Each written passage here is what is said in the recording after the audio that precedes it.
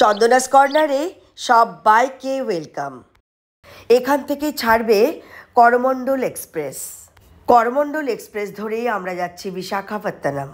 তবে দর্শক বন্ধুদের এটুকু জানিয়ে রাখি, গত 10 ফেব্রুয়ারি থেকে করমণ্ডল এক্সপ্রেস প্রচণ্ড লেটে ছাড়ছে। শালিমার স্টেশন থেকে এর অ্যাকচুয়াল ছাড়ার টাইম দুপুর 3:15। তবে অ্যানাউন্সমেন্ট করা হয়েছে সন্ধ্যে 7:30টায় এই ট্রেনটি ছাড়বে। সবাই ঠিকঠাক করে ইনফরমেশন নিয়ে তবেই প্ল্যাটফর্মে এসে হাজির হবেন। সবাই যে যার মতন করে সময় কাটাচ্ছে শালিমার স্টেশনে। ওর ছোটবেলাকার বন্ধুর বাড়িতেই আমাদের বেড়াতে যাওয়ার প্রোগ্রাম। পরে এই কথাও শুনলাম সাউথের যে কোনো ট্রেন প্রচণ্ড লেট করছে। আমাদের এই দুটো লাগেজ। তবে 7:30টায় না, সন্ধ্যে 8টার সময় ট্রেন দিতেই আমরা আমাদের লাগেজগুলোকে ঠিক জায়গায় অ্যারেঞ্জ করে নিলাম। বেলা 10:30 নাগাদ আমরা নামলাম বিশাখাপত্তনম স্টেশনে। তবে পৌঁছবার অ্যাকচুয়াল টাইম সকাল 5:30। তবে কোন গেট দিয়ে বেরোতে হবে, কোন দিকে যেতে হবে সবই আমাদের মধুদা ইনফরমেশন দিয়ে দিচ্ছিল। আমরাও সেইভাবেই এগিয়ে গেলাম। দেখাও হয়ে গেল মধুদার সঙ্গে, আর লাগেজগুলোকে ঠিক মতন গাড়িতে অ্যারেঞ্জ করে আমরা রওনা দিলাম মধুদার বাড়িতে। স্টেশন থেকে এই দাদার বাড়ি মাত্র 2 কিলোমিটার। সময় লাগবে 15 থেকে 20 মিনিট। ছোটবেলাকার বন্ধু, অনেক ঘনিষ্ঠ সম্পর্ক। গাড়ি চালাতে চালাতেই অনেক রকম কথা খবর তারা দেওয়া নেওয়া করছিল। আজকের কি প্রোগ্রাম সেই নিয়েও কথাবার্তা বলছিল মধুদা। কখনো কখনো পেছনে ঘুরেও আমার সাথে কথা বলছিল। আমার 2 মেয়ের কথা ও বারবার জিজ্ঞাসা করছিল। দীর্ঘ সময় ধরে ট্রেনে বসে থাকার পর মনে হচ্ছিল কতক্ষণে বাড়ি পৌঁছে ভালো করে স্নান করব আর রেডি হয়ে বেড়াতে বেরিয়ে পড়ব। তেমন গরমও লাগছে না, ওয়েদার ঠিকঠাক। দেখতে দেখতেই আমরা এসে পৌঁছে গেলাম গায়ত্রী অ্যাপার্টমেন্ট। গাড়ি গ্যারেজে রেখে লাগেজ নিয়ে আমরা চলে গেলাম সোজা ওদের ফ্ল্যাটে। 2nd ফ্লোরে ওদের ফ্ল্যাট। ভাবছি কতক্ষণে মধুদার স্ত্রী সুজাতার সঙ্গে দেখা হবে। গেটে আমাদের শব্দ পেতেই রান্নাঘর থেকে ছুটে এলো সুজাতা। বছরখানেক আগে আমার মেয়ের বিয়েতেই ওর সঙ্গে দেখা হয়েছিল।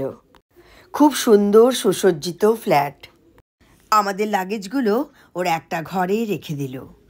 আমিও ঘুরে ফিরে ফ্ল্যাটটা একটু দেখলাম। সামনের বারান্দাটায় সুন্দর একটা বাগান করা আছে। কোনটা কি গাছ, কোন গাছটাকে কি বলে, ফুলের না পাতার, সব রকম আমি জিজ্ঞাসা করতে থাকলাম সুজাতাকে। নিচেও সুন্দর গাছ লাগানো দেখলাম। সামনে ও দেখালো অন্ধ্রপ্রদেশ ইউনিভার্সিটি আর তার হোস্টেলস। এখনও কাজ চলছে, অনেক বিল্ডিং তৈরি হবে। মোবাইলে চার্জ দিতে দিতে শুনতে পাচ্ছি সুজাতা ব্রেকফাস্টের জন্য আমাদের ডাকছে। খুব সুন্দর একটা মিষ্টি দিয়েও আমাদের ওয়েলকাম করলো। এর নাম বাকলাওয়া। এটা একটা টার্কিশ সুইট। মিষ্টির উপরে যে একটা কোটিং রয়েছে সেটা দেখতে খানিকটা প্লাস্টিকের মতন, কিন্তু এটা এডিবল। আর মিষ্টির ভেতরটা যে পুর দেওয়া হয়েছে সেটা অসাধারণ। আর সঙ্গে রয়েছে হোম মেড দোসা আর চাটনি। আমরা খুব মজা নিয়ে ব্রেকফাস্ট করলাম। চা খেতে খেতে নানান কথা হলো, কোথায় কোথায় আমরা যাব আর কখন যাব। ওরা আমাদের ধীরে সুস্থে রেডি হতেই বলল। আমরাও একে একে স্নান চলে গেলাম আর রেডি হয়ে গেলাম। খোপায় ফুলও লাগিয়ে নিলাম দক্ষিণ ভারতীয় মহিলাদের মতন। আমি একদম রেডি, আর দেখি সুজাতার কত দূর হলো। দেখলাম এই 2 বন্ধুও রেডি হয়ে টিভিটাকে চালিয়ে গল্পে একদম মত্ত হয়ে গেছে। একদিন আগেই গেছে ভ্যালেন্টাইন্স ডে, আর সেন্টার টেবিলের এই কাচের গোলাপটা আজকে বেশ মানিয়েছে। ভিডিও করতে করতে সেন্টার টেবিলের এই পেপারটার উপরেও আমার একটু নজর পড়ল।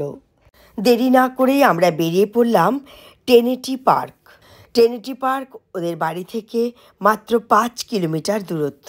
যেতে সময় লাগবে 15 মিনিট। শহরটি বঙ্গোপসাগরের তীরবর্তী এবং এটি অন্ধ্রপ্রদেশের অন্যতম বৃহত্তম শহর। এটি ভারতের গুরুত্বপূর্ণ বন্দর। এখানের মানুষের জীবনযাত্রা অত্যন্ত বৈচিত্র্যময়, যেখানে আদিবাসী সংস্কৃতি, আধুনিক জীবনযাত্রা এবং ধর্মীয় ঐতিহ্যের মিশ্রণ দেখা যায়। এখানে অনেক সুন্দর সৈকত, পাহাড় ও প্রাকৃতিক দৃশ্য রয়েছে। পর্যটকদের জন্য এটি একটি বিশেষ আকর্ষণীয় শহর। পাহাড়ের উপরেও রয়েছে কিছু জাগ্রত দেবতাদের মন্দির, যেখানে প্রচুর লোকের প্রতিদিন সমাবেশ হয়। আমরা পৌঁছে গেলাম ট্রিনিটি পার্কে। একজন স্বাধীনতা সংগ্রামী এবং সমাজ সংস্কারক মিস্টার ট্রিনিটি বিশ্বনাথামের নামে নামকরণ করা হয়েছে এই পার্কটির। এটি শহরের একটি উপকূলীয় উদ্যান, অপার প্রাকৃতিক সৌন্দর্য এবং বিনোদনমূলক সুযোগ সুবিধার জন্যও পরিচিত। পার্কটিতে সবুজ গাছপালা, বাগান ও হাঁটার পথ রয়েছে। ট্রিনিটি পার্কটি পিকনিক, পারিবারিক ভ্রমণ, ফটোগ্রাফির মতন কার্যকলাপের জন্য এটি একটি গন্তব্যস্থল, যা স্থানীয় বা পর্যটক উভয়কেই আকর্ষিত করে। বছরের পর বছর ধরে ট্রিনিটি পার্কটি বিভিন্ন ধরনের বেশ কয়েকটি ছবিতেও দেখানো হয়েছে, কিন্তু 2014 হুদহুদ নামক ঘূর্ণিঝড় এসে একদম তছনছ করে দিয়েছিল এই পার্কটিকে। তবে পার্কটির চেহারা আগের মতন ফিরিয়ে আনার জন্য অর্থদান করেছে GITAM বিশ্ববিদ্যালয়ের প্রাক্তন ছাত্রগোষ্ঠী। নানান রকমের গল্পগুজব করে বেশ কিছুক্ষণ সময় কাটালাম আমরা পার্কে। পার্কটির থেকে সিঁড়ি দিয়ে আমরা নিচে নামলাম। সি বিচের এই অসাধারণ দৃশ্য আমাদের ভীষণ মুগ্ধ করল। সি বিচের একদম একধারে একটা বিশাল জাহাজও দেখতে পেলাম। এটি একটি বাংলাদেশি জাহাজ। জাহাজটির নাম MV মা। এটি বাংলাদেশ থেকে বিশাখাপট্টনমের মধ্যে নিয়মিতভাবে চলাচল করত। এই জাহাজে বহন করা হতো পাথর, কুয়াশা এবং ফ্লাই অ্যাশ।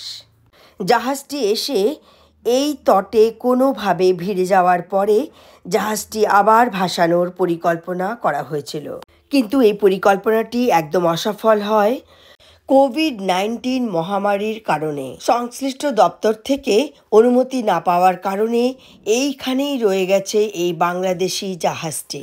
এই জাহাজটিকে একটি ভাসমান রেস্তোরাঁতে পরিণত করার পরিকল্পনাও চলছে, তাই বহু শ্রমিককে এখানে কাজে নিযুক্ত করা হয়েছে। সি বিচের এই এরিয়াটিতে প্রচুর শুটিং হয়েছে সিনেমার। সি বিচে অনেকক্ষণ সময় কাটালাম আমরা।